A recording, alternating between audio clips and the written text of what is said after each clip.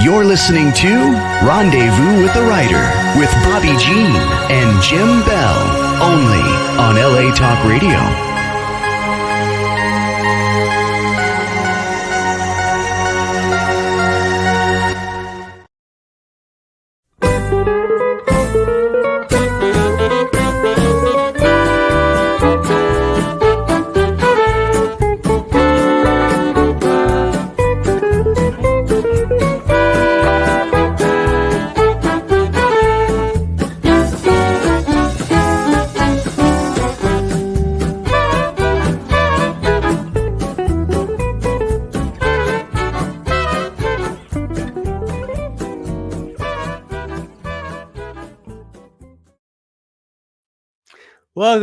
Welcome to Rendezvous with the Writer, where readers and writers meet. And story is everything.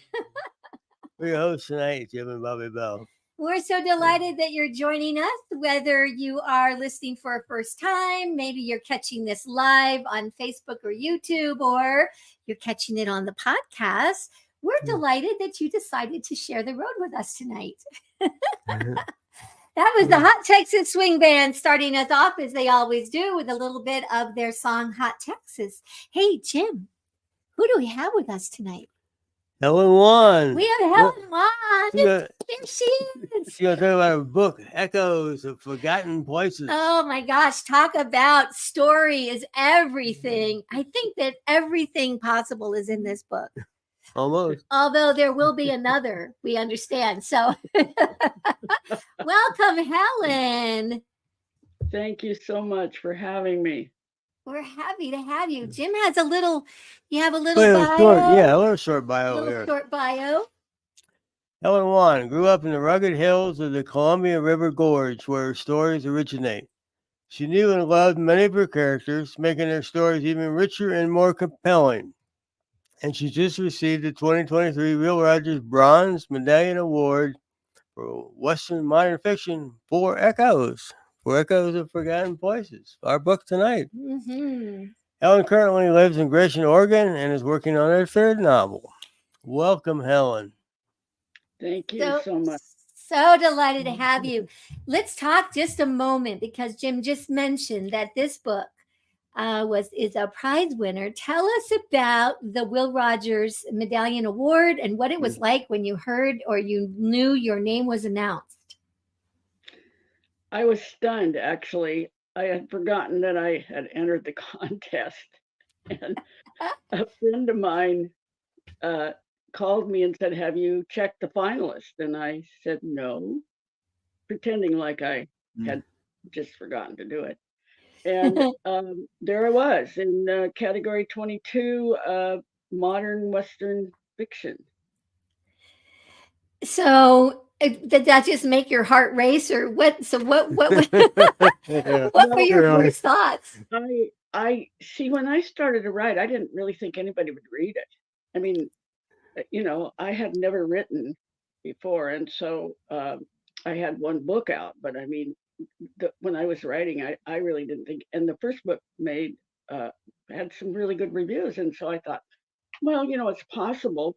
I actually entered the contest on a whim because I wanted to enter a local contest, and I missed the book by one day to enter it because I was volunteering at a historical society. And so I just started looking for contests, and I entered it and had no idea that I would win it. And of course, I went down to Fort Worth in October and took my entourage with me. As you can tell, if you read the book, there's a lot of people in my family. Yeah. It's true. And several of them joined me, and that was absolutely wonderful. And I kind of walked through it like I was sort of unbelieving, Mm-hmm. Mm-hmm. Well, it is a terrific book. Let's start. Let's see. Yeah. Well, we had a first book, right? We had a first book, and the name Eagle's Nest. Where Eagles Nest. Yes. I have a copy back here if you want me to show it. If it's easy to, yeah, that's fine. That's fine. To get a hold of it. This is live radio, folks. What you see and This hear is is happening as it happens. Oh, and there it is. It's a beautiful cover. Yes. it's a new edition, but old new cover, but the same book.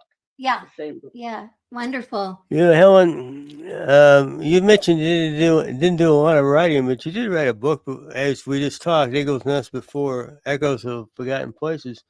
When did you actually start writing in your career, or as a youngster, maybe? No, actually, I started probably 30 years ago. Okay. I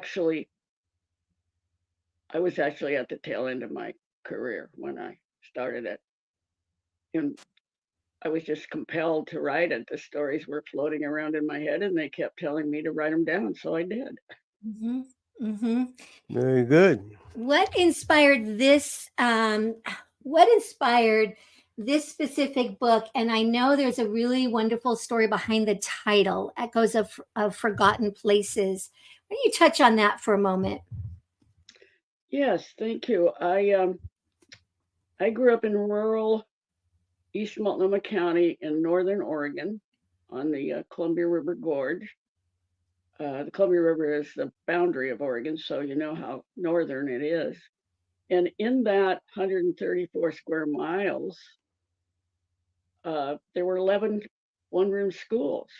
And as I continued my research on this book, I realized that there wasn't a single person that I knew of in the Historical Society or that I knew of otherwise in the community of Pleasant View, which is our westernmost one-room schoolhouse in that area.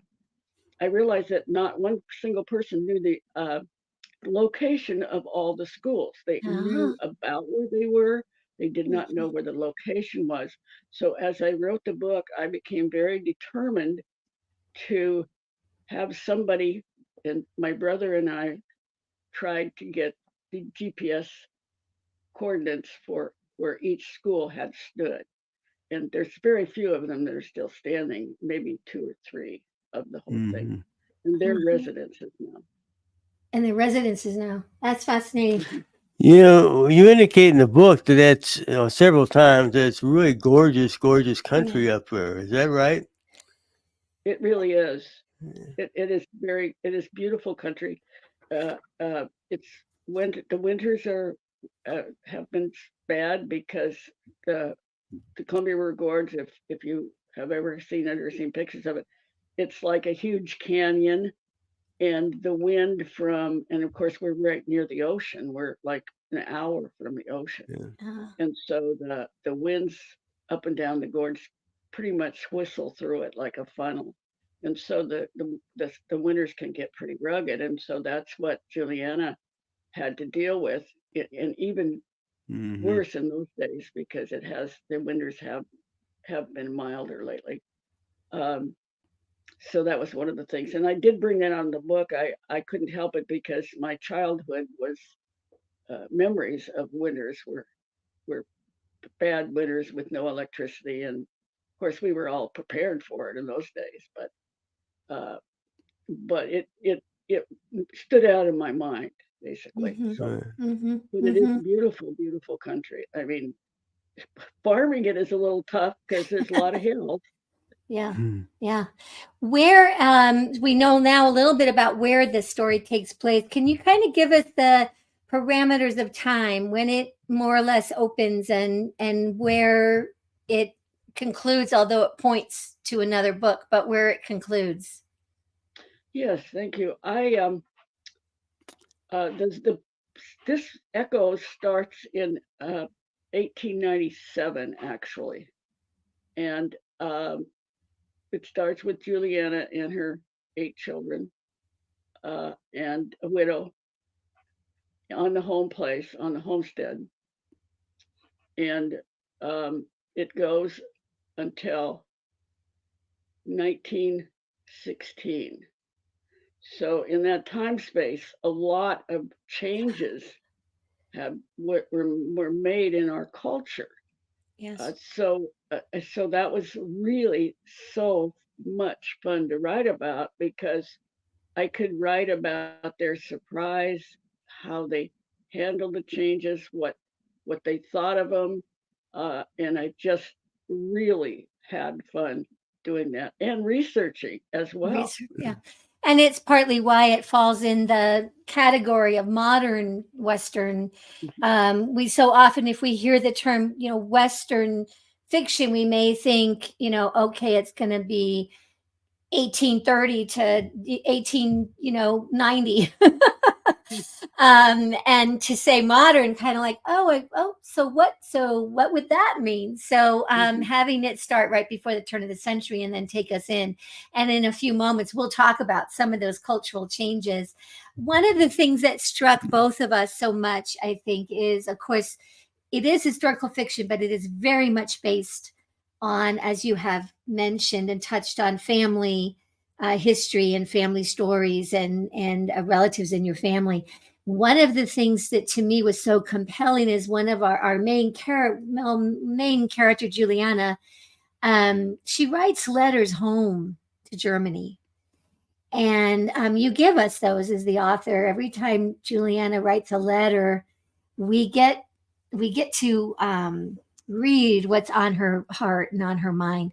And I think when we chatted before, I asked you, did you actually have those letters, or did you go into Juliana's mind and into stories, and you created those letters? Tell us about those letters. Well, the letters have a huge story behind them. We actually have in our possession now all of them. When I wrote them, I only knew about the letter. I knew that Juliana continued to write home. Tracy, my grandmother, Teresa, told me that her mother wrote home often, but I did not have any of the letters. And but I did have the one that Tracy wrote, so I put that one in. I believe I put that one in. It's been a long time since I read my book, two or 3 months. And the one there was one from Frank that we had that I put in that was it was word for word. Having said that, quickly I will mention that writing where Eagle's Nest built a fire under one of the cousins, Julius or Jackie's grandson. He started doing genealogy. He got us a trip to Liechtenstein. And when we got there, he had notified people that were related to us through Alex, mostly, because Juliana was from Malschbad in Germany. How they met, I don't know, but they did meet. So, you know, but anyway, there was one cousin that came and he had a box in his arms and he was holding it to his chest. Now, mind you, these people didn't speak very good English. They did speak a little English. None of us spoke German.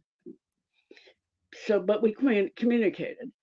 And when he decided he could trust us, he showed us that box and it contained letters dated from 1893 to 1907 or 8. Most of them were from Juliana. There was two from Alex, and my sister, who was a archivist and a librarian, and my cousin had thought to get a very good scanner for some reason. He brought that along, thank God. And Smart. they spent 2.5 hours scanning those letters, so we have them. And then we paid to get them translated because it was all in Alemannic German. Yeah, that's just fascinating to me. And Juliana, you want to ask about Juliana? And We'll have another I know question. you have another question. Go for it, Jim. A little more background here. Okay. To me, as we talked the other night, it's still an Oregon Trail story, even though this is long past the famous Oregon Trail. But, the folks migrated from Germany to, I think they ended up in Illinois or someplace. And then later they headed to Oregon. Could you kind of tell that story a little bit? Yes, but every immigrant usually tries to make it to people they know or somebody in their culture. It was no different from Alex. He had some relatives already in Illinois, in the Freeport area. And when I asked my grandmother uh, years ago, uh, when did your mom and dad come to Oregon or come to the United States? And she said they came to the United States as sweethearts and married in Freeport. So I did my due diligence and I got the ship manifest. And yes, indeed, they did come as sweethearts. And I wrote to the Freeport County, and yes, indeed, I got a copy of their marriage certificate. But the land was already taken in Illinois, and they heard that there was land in Oregon, and they want, most immigrants come to the United States for a better life, and that's what they wanted. And Alex wanted land. He was basically a farmer.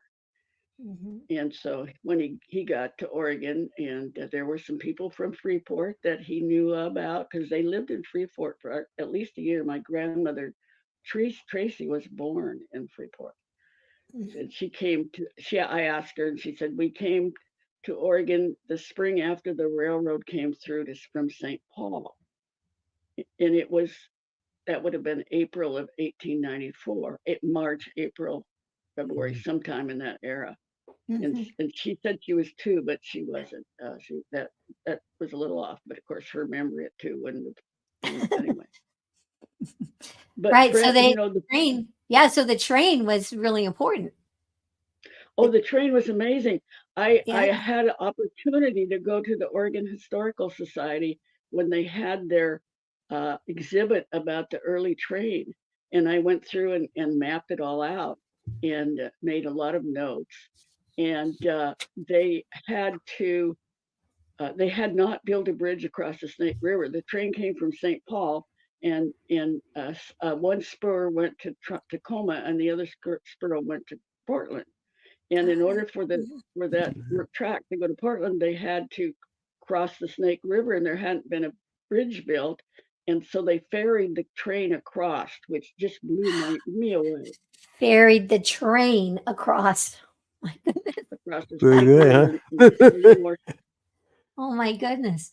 Well, this couple, Alex and Juliana, are really, really an amazing couple, but certainly much like so many of the pioneer families and newlyweds and such that came west.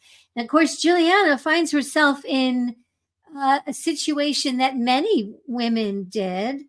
She has 8 kids, and her husband, and this is not a spoiler alert because we get this right as the book is opening. We're learning about some of the past history that gets us there. But Alex has passed away along with a child of consumption. Remind me, Yeah, consumption. consumption, Yes, Mm, consumption. consumption, yes, which is Yeah, tuberculosis. right. right. And there's Juliana with all these kids, young. They're all, they're all young, Mhm. and a farm, And a farm and a farm, and no um, money. and no money. Neighbors. We do learn about truly how neighbors. How does Juliana get herself? How does she maneuver through that time, Helen? Well, they came from Illinois with another couple. I'm not sure if they came on the same train, but they ended up here together. And the Frummelts, and Catherine Frummelt and Franz Frummelt, went to school with Alex in Liechtenstein. That I'm Helen. sure of. And so they had the neighbors. So fortunately, Catherine and Juliana were fast friends, and Franz promised Alec that he would help her, which of course he would have anyway, I'm sure, because people had to depend on each other then. Juliana started selling off pieces of her property. I believe she had 160 acres. I think that it wasn't a full homestead, but at 20-acre parcels. But of course, when Alex passed away, she did not know if she had the papers. They had lost them, and so she did. He passed away in September, and she didn't get the papers until November. So then she realized, and so then she could sell 20 acres. Cash. Everybody was cash strapped in those days. They farmed, they logged, they fished. Those are the three big things here in the Northwest, Northern Oregon and Southern Washington in those days. Um, most of them did some or partial party of them. Uh, Firewood for the steamboats that plied the river was essential. It took 4 cords an hour to go upstream on a steamboat. So there was a lot of, whenever people logged off for a piece of ground to farm, they sold it. They sold it down at the wharf for the steamboats. Yeah. Um, Yeah. in fact, it pretty much denuded a lot of the country, actually. Yes. Yes. We're going to take a very short break, and we're going to see where and show our listeners and watchers where they can get your book. And then when we come back, we're going to talk a little bit more about the characters and some of the challenges that they face. So don't go away, Helen. Stay tuned, and we'll be right back after this ad from bookshop.org. Story is everything. Find a great one on Out West Shop's bookshop. Go to outwestshop.com. Find books and CDs on the menu. Choose Shop Out West on bookshop.org. Browse through featured authors on Rendezvous with a Writer. Explore curated book lists and our featured picks. Add in note cards, calendars, and jigsaw puzzles. One-stop shopping for great gifts. Use the search box to find thousands more titles. Make the switch. Your purchase supports us as independent booksellers. That's our story. Welcome back. Welcome back to Rendezvous with a Writer with a special guest, Helen Wan. We're talking about her book, Echoes of Forgotten Places. That's a great read. This is definitely a farming story. And I think we talked before. Did you grow up on a farm, Helen? I did. If I heard the tractor running when I woke up in the morning, I was very aggravated because I wanted to be out there on it with my father. We talked before. I think I told you the first time I drove a tractor, I was 13. But then you told me you were 9. I was. I can't. I still can't believe it, but I was 9. Yeah, she wins the contest. I think she wins. Why weren't you doing it at 9 is what I really want to know. I was falling off the horse. You were falling off the horse. Yeah. We are talking about some of those challenges in the farming community, and there's a gentleman that shows up one day. Tell us about Frank. Well, Frank was determined to have a farm. Again, he was from the Freeport, Elizabeth, Illinois area, northwestern Illinois. So he comes west on the train and finds out about the widow woman in Corbett because they were a large Catholic family. He was Catholic. And whenever they had a chance to go to church in the early days, they did not have a local church. They had to go into Portland to on the train. So they had friends in Portland, the Fullers, who would house them and welcome them, and they would go to church. And so everybody in Portland knew that widow Lampert needed help. So he makes his way out. He walks actually out there because he didn't have train fare. It's amazing. They walked so many places. I mean, so many places. And I asked Dad one time. I said, Dad, why did they walk? Why don't they ride a horse? And they said, if they're working, number one, they didn't have a horse at that time. But if they're working a horse in the day, in the week, they cannot ride them around. They're working. They need to rest. So anyway, that made sense. So anyway, he gets to the widow Juliana, and she said, well, yes, I do need help, but I have no money. And so they strike a bargain, and he becomes like the big brother to the boys because Spurt is only 9 when his mother is widowed, and he's the oldest boy, and so uh, by that time he's maybe 10 or 11. But you're asking an awfully lot of a child of that age to help his mom out in the garden. And of course, all the children helped out in the garden except Tracy, who was asked by her mother, who was 13 when she lost her father, to go to Troutdale to work. And so, and I know that's true. Grandma Teresa told me that she worked for the Foxes and the Harlows in Troutdale. So there's 3 daughters, and they eventually, each one I think is placed outside the home when they're old enough, and they send the money back. And each one, and so fortunately, it's a really good position. They're doing work that they end up enjoying. They don't want to leave the farm, but they understand. And then the boys, are starting to get older, and so there's a little money coming in, and Frank is there, and the boys are getting older, and it's never easy. But Juliana begins to be able to see a little maybe light at the end of the tunnel, but she just misses Alex, doesn't she? Yeah, that's the tragedy of the whole thing, is that their life was really cut short. Their marriage was really cut short. Yeah. There are some obstacles, and you touched on them briefly. One is really rough weather that can come on very quickly and become numbing and almost, killing a possibility.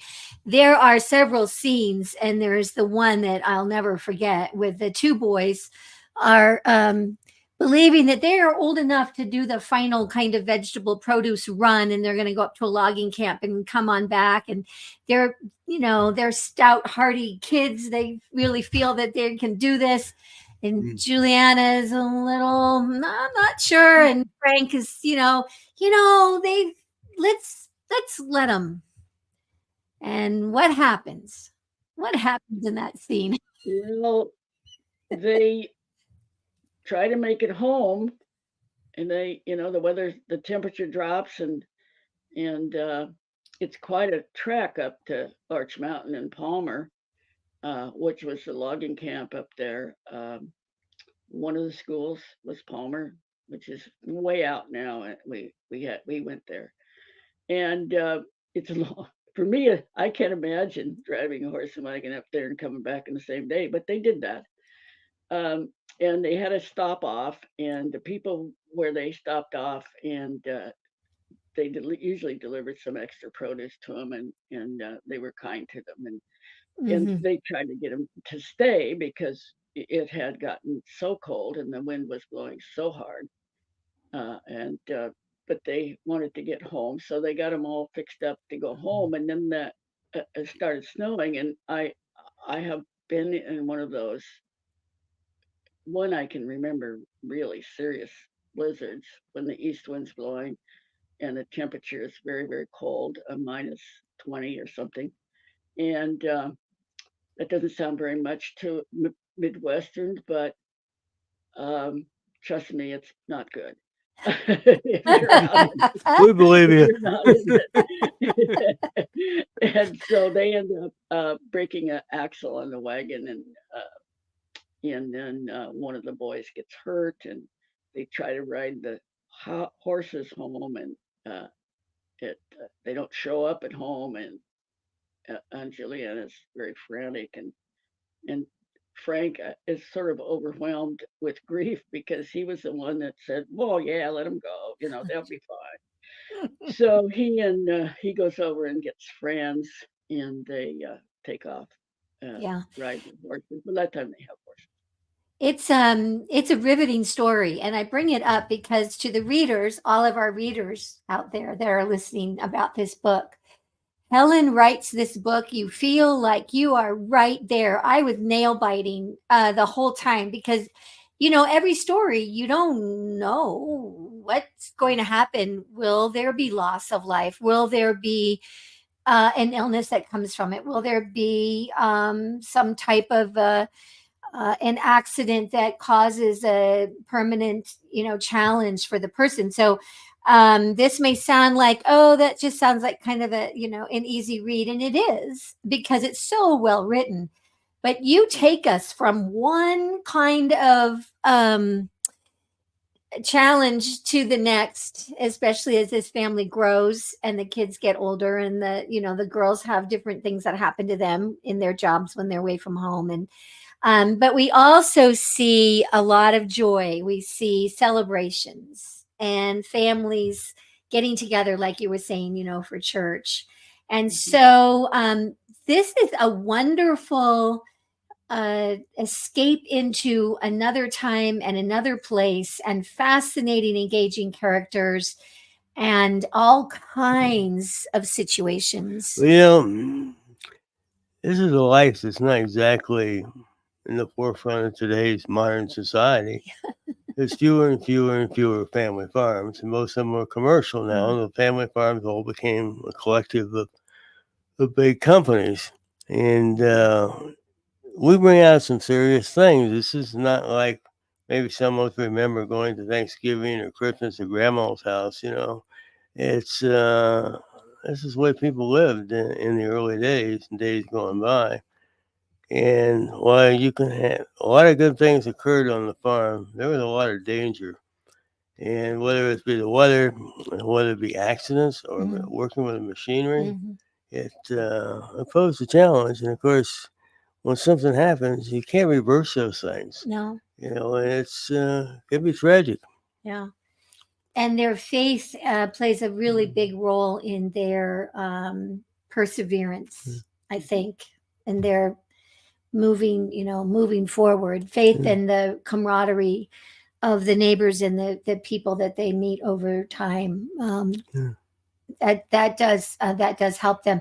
There's a really another fun incident. 1905, July 6th, 1905.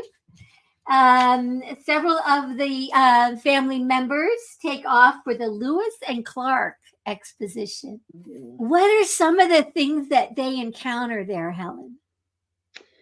Well, for other than Emma and I think at least Emma, who at that time finally was working in Portland, the rest of them really didn't have a lot of experience in city life. And of course, the 1905 Portland Lewis and Clark exhibition was to showcase the innovative things that were happening. And of course, electricity was just starting. Electricity by line was just starting, and they had lit this all up with electric lights. And of course, we had a generator, electric plant at Willamette Falls in Oregon City, which is only just a short ways from Portland. And so there was a line, and that was very new to have electricity on a line.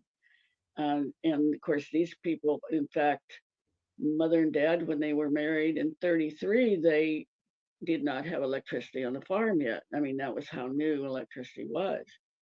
Um, they had electricity by the time I was born, but they didn't have it before that. And so that was an amazing, amazing incident. And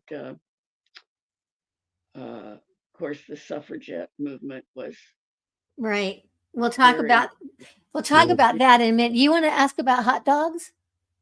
Oh, I was trying to remember. Hot dogs going through my mind here, and it's getting a little fuzzy. Didn't we talk about the Coney dog. Island hot dog? Did we Yeah. talk Yeah. about that? Yeah. I think that's where we talked about that, and we talked about this newfangled thing called plywood. I Well, I remember the hot dog. Yeah, It was called the Coney Island hot dog, and it was invented by a Greek. would.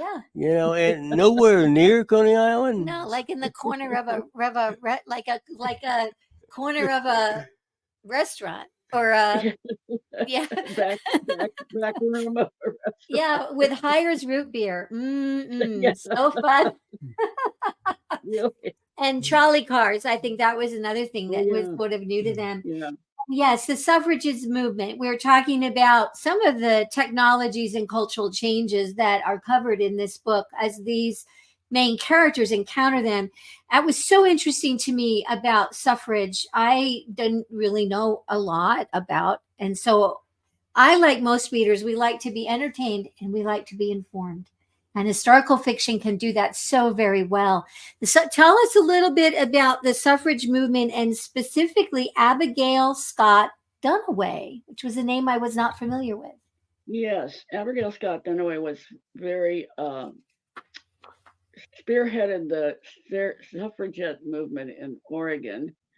Her story is a remarkable story. If you can find a biography of her, she came to Oregon with her parents, and on the trail, her mother, who did not want to come, they had several children, as I recall, and they had some tots, some small children as well, and her mother, and they lived in Southern Illinois, and her father just came in and said, "We're going to Oregon, sell everything, we're moving."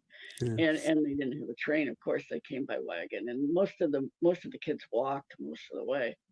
And they lost their mom and their little brother. Oh God, I forgot to tune I'm so sorry. No worries. That's okay. We're live. It's live radio. Right? It's live radio. And so anyway, her husband, talk about accidents, her husband, after some bad luck on farms, got a job as a teamster with 6 horses and a wagon, and they had a runaway, and he fell off the wagon, and he was injured and wasn't able to work. So he was handicapped, and they had children. So she and her oldest daughter opened a millinery in Albany, Oregon, which is a small town, a little bit south of here. And she learned in the millinery the difficulties that women were having, just very, very hard lives with very little to say about what happened in their lives. And she began to start thinking about the suffragette movement and how much our lives would improve if we just could have the vote. If we could just have the vote. And so she dedicated the rest of her life pretty much to that. And her brother was the editor of the Journal, I think Journal or Oregonian, one of the 2 papers in Portland, and he was anti-suffragette. So here he had the paper and had the voice, and she just was, dogged with it. And it was up for a vote, I think, for 5 elections in a row before we finally got it in 1912. And we were like the 5th state to get it. And she was very elderly by 1912, but she was old enough to go down and witness the signing of the suffragette law in Oregon.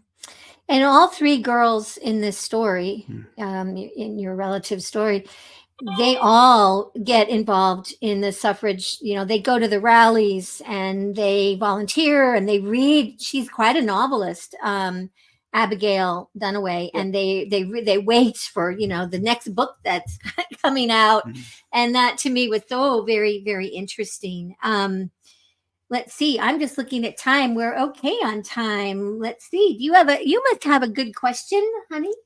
Well, I'm gonna have a thought. Yeah. What if somebody wants to be on the show? Oh, somebody wants to be on the show. Well, they could do what Helen did. They reach out and they say, "Hey, I'm interested in being on your show. What do I need to do? So you can reach out to me at Bobbi with an I, Bobbi Jean Bell at gmail.com. And you might be an author, a poet, songwriter, could be a blogger, a journalist, maybe you're a publicist or a literary agent, publisher. Just reach out, tell me what you have in mind, and we start kind of a dialogue about your work and a time for the show. And the same thing, if you would like to see the show continue and you'd like to help us keep it on the air and be a sponsor in some way, shape, or form, the same thing. Just reach out to Bobbi Jean Bell at gmail.com and say, hey, I want to help. And we'll talk about that. So, Helen, do you write every day? Well, recently I guess I should say yes, but writing on my novel has been put on the back burner for the next little while. Now it's getting to the point where I can, but I was advised to write some short stories for some contests, and so I did that. So that has taken up most of my time for the last 6 weeks. It takes a long, it's harder to write a short story than this novel, in my opinion. I would think so. Yeah, What do you? Shorter time. Yeah, but that's so interesting. What do you find? Is there one thing that kind of is the challenge to writing a short story, or is just a bunch of different things? Well, you have to keep it under 5,000 words, and as you can tell, I'm a little bit wordy. So, yeah. So word count is a biggie, of course. How long did it take you to write Echoes? 9 years. 9 years. Okay. Yeah. But I was working most of that time. I still had a full-time job. Sure. Right. I'm hoping this next one, well, it better not take 9 years, because I've got another one after that I want to write. So yeah, I have to get on the stick now and get busy. There's a lot of dialogue in the book, as well as just wonderful, fabulous descriptions as people are thinking to themselves, or we're going through a landscape. There is quite a bit of dialogue. Do you find writing dialogue easy, challenging? Do you read it out loud? Tell us a little bit about writing dialogue. I love writing dialogue. I absolutely love it. I think you can move the story forward. You can get so much information. You can see the character of the characters, if that makes sense, through dialogue. I really believe that. I mean, I think that I could show Emma as a much more assertive, a much more out there personality by her dialogue, as opposed to Bertie, who was very devout and quiet. And I could show the boys difference. I could show Arnold how different he was than Ferd. I just felt, and it just came naturally because I knew those people. I mean, they were elderly when I knew them, but I grew up with them, so I knew them. So it was maybe easier to write about somebody that you know. But the dialogue, I took a course. This is a good hint for people that want to write. I wholeheartedly believe in seminars and conferences for just continuing education. You never learn enough. You never learn enough. And I took an excellent course from the Willamette Writers Group, a conference one time about writing dialogue, and her big thing was that Hemingway would not have been a good writer if he wouldn't have had all that dialogue, which I thought was very interesting. So I found that dialogue was easy for me to write, and I think it's more interesting. Yeah. But, go ahead. No, you go. It's a little backup question, but the present family of yours, what do they think of the book? Oh, there she is. What did your present family think of the book? They really they enjoyed it. They're excited for me. They're so supportive. My family, I couldn't ask for a better family. Nice. They're really wonderful. Yeah. Well, that's great. Yeah. So what are you working on next? Well, I'm working on my mother's mother who migrated from Germany to the United States, and she had a very interesting life and a very interesting journey from Germany. Mother told me a lot of stories about her, and so I am writing about Elsa, and the working title is Elsa's Journey, and it may stay that way. Titles are hard. Yeah. It took me 2 years to figure out Echo's title. Mm-hmm. I went through many titles before I got to Echo's. It's interesting, isn't it? Do you have another question? Yep. You know, obviously the family is from Germany. Have you been back to Germany a few times or once or? Just that one. Did you go just that one time, or have you been back? No, my sister and I went in 2016, I think. Maybe a little later than that. Maybe about that time. And we visited. That's when we went to Liechtenstein. We went to Germany, Liechtenstein, and Austria, and I loved it. I thought it was wonderful. I had a wonderful trip, and I hope to go back. Yeah, yeah. Where can people find you, Helen? Where can they follow you, find your books? Well, I have a website, helenwanbooks.com. I'd love to have you join my website or come and see me and see what's happening. I also am on Facebook and Instagram, thanks to Blue Cottage Publishing. Yeah. Yes, thanks to Blue Cottage Agency. Yes. Don't go away. Jim has a couple quotes. We do. Yeah. What you got for us, Jim? We do. First quote here is this is from Juliana in the book. And she's thinking, there are times that I am sorry I didn't try to talk Alex out of coming to America. I still do not understand this horrid language, she thought ruefully. It would soon be 20 years since I laid eyes on my family. Mm-hmm. I thought a companion author maybe when we come to farming, Pearl S. Buck in The Good Earth. Out of the land we came, and into we must go. And if you will hold your land, you can live. No one can rob you of land. And roots, if they are to bear fruits, must be kept well in the soil of the land. Hunger makes thief of any man. And then, true strength is not measured by physical might, but by the ability to endure hardships with grace and resilience. Wow. I thought maybe they kind of talk about farming. Yes, I thought. Yes. That is, I love Pearl S. Buck. I think that's a wonderful quote. Thank you. Jim always really enjoys. Well, I always that's a great book. Yeah. It's been a long time since I read it. Yeah. So. Me too. It's been a long time. Well, we want to thank you, Helen, for being with us tonight. We want to thank anybody who's listening or watching either live or on your favorite streaming platforms, Spotify, Amazon Music, and such. And of course, on latalkradio.com, you can get both the audio and visual. And we want to point out that our guests next week, we will have Henry Park, with the editor of True West Magazine, will be joining us.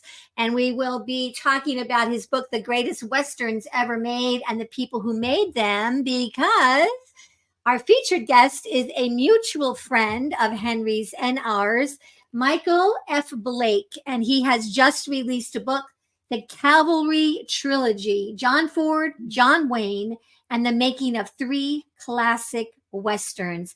Michael is engaging, fascinating with Henry with us. This is going to be quite a compelling 50-minute interview. So please join us next week. And what else do we have to say? It's always a great day out west. Keep Thank writing, you. keep reading, and we'll see you next week. Thank you, Helen. Thank you.